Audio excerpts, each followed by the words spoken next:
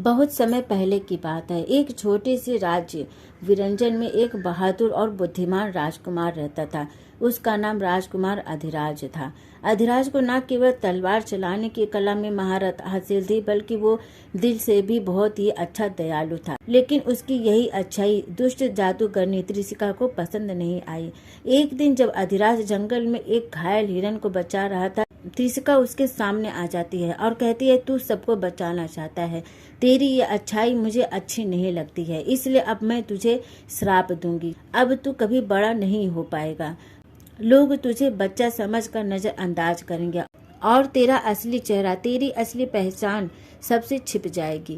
त्रिशिका ने उसे कहा, तू तभी मुक्त हो पाएगा जब कोई ऐसा बच्चा आएगा जो बिना पढ़ाए सब कुछ जानता हो, और वो तुझे तेरा असली चेहरा दिखाएगा।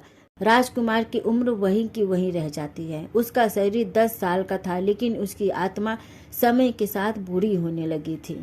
राजकुमार ने जब महल में जाकर सबको ये बात बताई, तब ये बात सुनकर राजमहल वालों ने उसे पागल राजकुमार समझा और एक सुनसान महल में बंद कर दिया। वक्त बीतता गया, 1 साल, 10 साल, 50 साल और फिर पूरे 100 साल, और अब साल 2025 चल रहा है। उसी राज्य के पास एक अनाथ बच्चा जिसका नाम नीरव था, वो आश्रम में रहता था।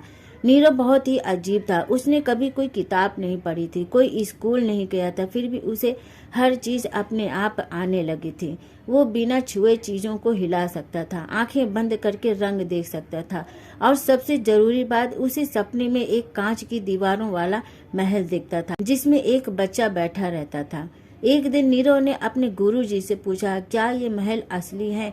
गुरुजी ने कहा, कुछ रहस्य सच्चे होते हैं, पर सिर्फ उन्हीं को दिखते हैं जो स्वयं एक रहस्य हों। नीरव अकेले ही जंगल की ओर जाने लगता है, वही जंगल जहाँ कभी राजकुमार अधिराज को श्राप मिला था। रास्ते में उसके साथ कई अजीब घटनाएं घटी, जैसे बात करते पेड़, हवा में तैरती किताबें और अचानक जलने वाले दीपक। जब वो एक गुफा में पहुंचता है तो दरवाजे पर लिखा था, यहाँ वो है जो समय को भूल चुका है, अगर तुम सच्चे हो तो आगे बढ़ो। नीरव बिना डरे आगे बढ़ता है। अंदर एक छोटा सा बच्चा बैठा था, वही जो नीरव को सपनों में दिखता था, मगर उसकी आंखें थकी हुई थी, जैसे वो कई जन्मों से सोया नहीं है। उससे पूछता है कि क्या तुम अधिराज हो? वो बच्चा मुस्कुराता है और कहता है कि तुम्हें मेरा नाम कैसे पता? नीरव कहता है कि मुझे नहीं पता कि मुझे तुम्हारा नाम कैसे पता चला। अधिराज उसकी आंखों में देखता है और अचानक कहता है कि तुम वही हो जिसे मैं 100 साल से खोज रहा था, जिसका मैं 100 साल से इंतजार कर रहा हूँ। जैसे ही नीरव ने अधिराज का हाथ पकड़ा, एक तेज रोशनी गुफा में फैलने लगती है। अधिराज की आंखों के सामने एक जादुई आईना प्रकट हो जाता है। नीरव कहता है, इसमें देखो, यही तुम्हारा असली चेहरा है। अधिराज अब आईने में देखता है तो पहली बार उसे खुद की असली उम्र 120 साल की थकी हुई सी आत्मा दिखाई देती है, जो अब जवान होकर लौटने को तैयार थी। तभी जादू टूटता है और अधिराज का शरीर बड़ा होने लगता है। वो अब 25 साल का एक तेजस्वी राजकुमार बन चुका था। अधिराज नीरव से पूछता है, तुम कौन हो? नीरव शांत होकर कहता है, मुझे नहीं पता, मैं कभी पैदा नहीं हुआ, लेकिन हमेशा से रहा हूँ। अधिराज उसकी बातें सुनकर चौंक जाता है। अधिराज कहता है, तो क्या तुम इंसान नहीं हो? नीरव मुस्कुराता है और कहता है, मैं जादू हूँ, लेकिन मैं हर उस इंसान में जन्म लेता हूँ जो सच्चे दिल से मदद करता है, और अब मैं जा रहा हूँ किसी और के जीवन में एक रहस्य बनने। राज्य में अधिराज की वापसी एक चमत्कार की तरह मानी गई। उसने सबको बताया कि सच्चा जादू किसी किताब, किसी मंत्र में नहीं, बल्कि विश्वास में होता है।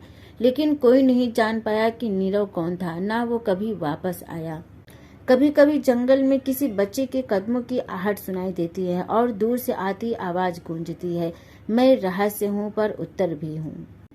तो ये कहानी कैसी लगी आप सभी को? अगर पसंद आई हो तो प्लीज़ वीडियो को लाइक करें, शेयर करें, कमेंट करें, और आगे भी ऐसी इंटरेस्टिंग कहानी के लिए चैनल को सब्सक्राइब जरूर करें। Thank you.